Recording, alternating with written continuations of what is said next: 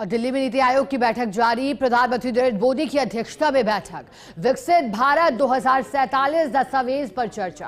केंद्रीय गृह मंत्री अमित शाह, रक्षा मंत्री राजनाथ सिंह, मुख्यमंत्री भजनलाल शर्मा बैठक में शामिल। यूपी सीएम योगी आदित्यनाथ, हरियाणा के मुख्यमंत्री नायब सिंह सैनी और छत्तीसगढ़ के मुख्यमंत्री विष्णुदेव साय भी पहुंचे हैं। चलिए हमारे साथ डेली न्यूज एडिटर अदिति नागर जुड़ गई हैं। अदिति, नीति आयोग की बैठक चल रही है और चर्चा सबसे ज्यादा इस बात की जो आरोप ममता बनर्जी ने लगाए। मैं चाहूंगी कि आप शुरुआत यहीं से करें। बिल्कुल, और देखिए सियासत इसको लेकर 2 दिन से गरमा रही थी कि ममता बनर्जी जाएंगी, कौन नहीं जाएगा।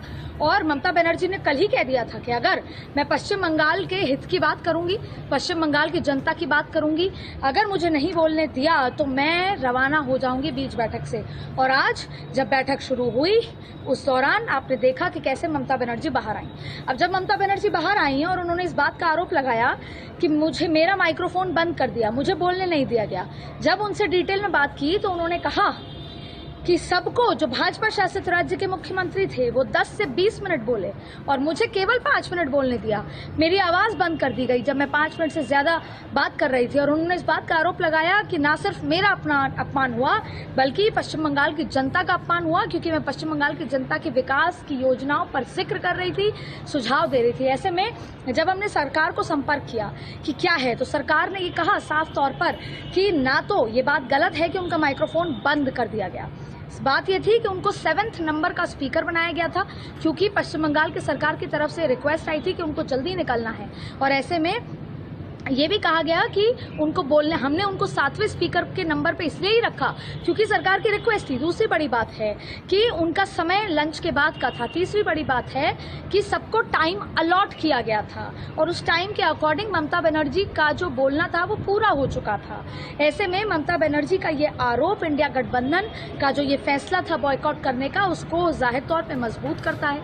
अब देखिए, अब इसको सियासत के रूप में देखें तो जाहिर तौर पर बैठे बिठाए गठबंधन को एक मौका मिला कि संसद में भी नहीं बोलने देते और अब नीति आयोग की बैठक में भी नहीं बोलने देते। लेकिन वहीं सरकार की तरफ से बात यह है कि देखिए सबको बोलने का मौका दिया गया, 10 सबको अलग अलग टाइम अलॉट किया गया और यहाँ पर हम पर्सनल हितों से ज़्यादा देश के हित की बात करते हैं। देश के विकसित 2047 का जो एजेंडा था उस पर बात कर रहे थे। और अगर भारत के विकसित होने की बात होती है तो राज्य उसमें सम्मिलित होते हैं, इसीलिए राज्य सरकारों को बुलाया जाता है और राज्य सरकारों की तरफ से दिए गए सुझाव, उनसे डायलॉग होता है। ऐसी स्थिति में ममता बनर्जी ने ये सियासत, सरकार और सरकार से जुड़े लोगों का ये आरोप है कि सियासी हर चीज़ को सियासत में तब्दील कर दिया गया है, जबकि नीति आयोग की बैठक साल में एक बार होती है जिसमें विकसित भारत 2047 के एजेंडे के तहत बिजली, पानी, शिक्षा, सड़क के साथ साथ जमीन और स्वस्थ हवा से लेकर क्लाइमेट से लेकर तमाम मुद्दों पर बात होती है।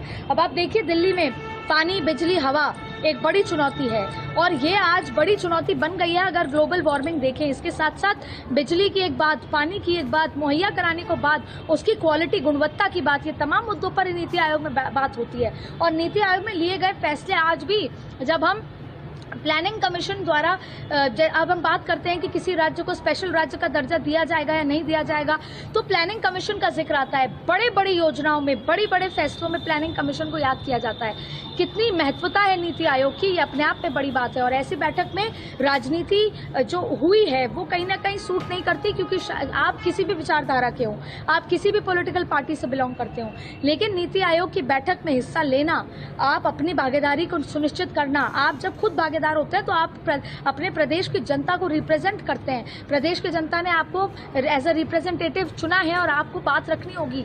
ये बात अलग है कि आपकी बात का कितने % को सुना गया, माना गया, लागू किया गया, लेकिन हर आदमी अपने राज्य को रिप्रेजेंट करता है जब यहाँ पर पहुँचता है, अपने मुद्दों को उठाता है। ये अपने आप में महत्वपूर्ण बात है। लेकिन अब सियासत बहुत दूर तक चली गई है। आप संसद भवन में देखेंगे कि जहाँ पर संसद में आवाज़ दबाने की बात होती है विपक्ष की, वहाँ पर अब ममता बनर्जी का ये वॉकआउट अपने आप में बल देता है इंडिया गठबंधन को कि वो घर घर तक जाए। इसका सियासी एग्जाम्पल ये भी है कि 1.5 साल बाद चुनाव है पश्चिम बंगाल में, और वहां पर ममता बनर्जी वापस जाके कहेंगी कि भाजपा पश्चिम बंगाल के विकास के लिए बहुत ज़्यादा गंभीर नहीं है। ऐसे में जब ममता बनर्जी, मैं गई वहां पर तो मेरी बात नहीं सुनी गई, मेरा माइक बंद कर दिया गया, पश्चिम बंगाल के लोगों का अपमान हुआ, तो जाहिर तौर पे ऐसी सियासत बहुत दूर तक जाती है। जब ये वो तस्वीरें हैं जब ममता बनर्जी कल आम आदमी पार्टी अरविंद केजरीवाल के संयोजक के घर पर गई, फिर आपने देखा कि ममता बनर्जी के कुछ 21 जुलाई को कैसे अखिलेश यादव कलकत्ता गए और शहादत दिवस मनाया। तो ऐसी तमाम स्थितियों में आपको कहीं ना कहीं अब अखिलेश यादव भी ममता के साथ खड़े नजर आएंगे, आम आदमी पार्टी भी टीएमसी के साथ खड़ी नजर आएगी, और अब ये सियासत दूर तलक जाएगी। जी अदिति, नीति आयोग की बैठक की शुरुआत से लेकर अब तक की हाइलाइट्स और हेडलाइंस भी बता दीजिए, कौन पहुंचा और कौन नहीं पहुंचा। नीति आयोग की बैठक में प्रधानमंत्री मोदी की अध्यक्षता में अमित शाह से लेकर तमाम लोग पहुंचे। आपको बता दें, बैठक छोड़कर ममता निकल गई, ये बड़ा हाईलाइट है। बोली कि मेरा माइक बंद कर दिया गया। इसके अलावा आपको बता दें कि नीति आयोग की बैठक में 7 राज्यों के मुख्यमंत्री शामिल नहीं हुए।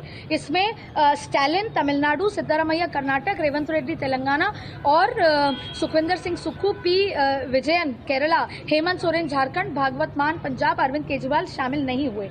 इसके अलावा देखिए, ये एजेंडा था भारत 2047 को विकसित राज्य बनाने पर चर्चा का, और नीति आयोग की गवर्निंग काउंसिल की मीटिंग में विकसित भारत पर चर्चा हुई, और ऐसे में भारत को विकसित बनाने के लिए राज्यों की भूमिका पर भी चर्चा हुई, और उसी चर्चा में पश्चिम बंगाल नाराज होकर निकल गया। ऐसे में $5 ट्रिलियन की जीडीपी के साथ दुनिया की तीसरी अर्थव्यवस्था बनने की राह पर चर्चा की गई थी, और 2047 तक $30 ट्रिलियन इकोनॉमी के लक्ष्य को हासिल करने पर चर्चा की गई थी।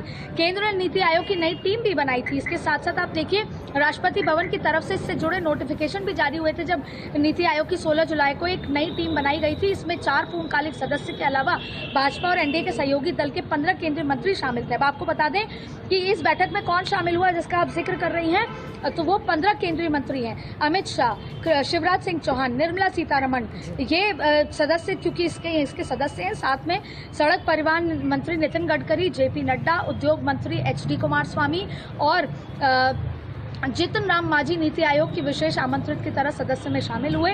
पीयूष गोयल, अनुराग ठाकुर, जिन्हें पहले साल आयोग में शामिल किया गया था, इस साल आयोग के सदस्य वो नहीं बनाए गए थे। अब आपको बता दें क्या है नीति आयोग। तो देखिए, national institute for transforming India, इसका ये NITI बोलते हैं इसको, और इस पे रखा गया इसका नाम। और ऐसे में यह भारत सरकार का एक नीति थिंक टैंक ग्रुप होता है, बैठक होती है जो सरकार के कामों और नीतियों की जानकारी देता है। इसके साथ साथ केंद्र की मोदी सरकार ने 2015 में 65 साल पुराने योजना आयोग की जगह नीति आयोग का गठन किया था, और इससे सबसे महत्वपूर्ण बात है कि योजना आयोग देश के विकास से संबंधित योजनाओं पर काम करता है। तो ये अपने आप में बहुत महत्वपूर्ण बैठक होती है। नीति आयोग सरकार के लॉन्ग टर्म पॉलिसी कार्यक्रमों के लिए रणनीति तैयार करने के साथ साथ ये अहम रोल निभाता है इसमें, और इसमें ये राज्यों के सहयोग अपने आप में बहुत महत्वपूर्ण होता है। साथ में आयोग के अध्यक्ष प्रधानमंत्री होते हैं, और अध्यक्ष के अलावा एक उपाध्यक्ष और एक कार्यकारी अधिकारी भी होता है, और इनकी नियुक्ति प्रधानमंत्री खुद करते हैं। प्रधानमंत्री ने 8 फरवरी 2015 को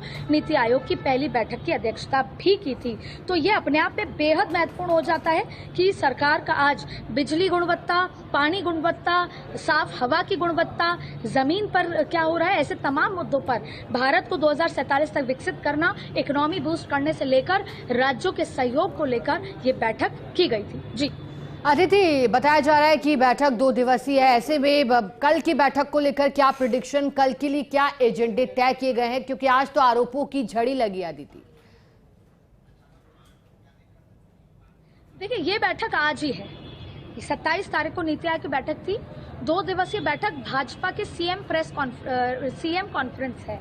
ऐसे में आज शाम को 6 बजे भाजपा शासित राज्यों के मुख्यमंत्री और उप मुख्यमंत्री की बैठक है, जो आज और कल चलने वाली है, जिसमें भाजपा अपने पर्सनल जो राजनीतिक एजेंडे हुए, सरकारी एजेंडे को कैसे भाजपा शासित राज्यों में लागू कराना है, एग्जाम्पल के तौर पर डबल इंजन सरकार पर बात करनी है। लेकिन नीति आयोग की बैठक आज होनी थी, जो खत्म होगी, और उसके बाद प्रधानमंत्री भाजपा कार्यालय जाएंगे, जिसमें तमाम बातें जिनका मैंने जिक्र किया उस पर चर्चा हुई। और ऐसे में अब जो लॉन्ग टर्म प्लानिंग गोल्स होते हैं देश के लिए, उस पर चर्चा है और उसके बाद अधिकारियों की लंबी बैठक चलेगी।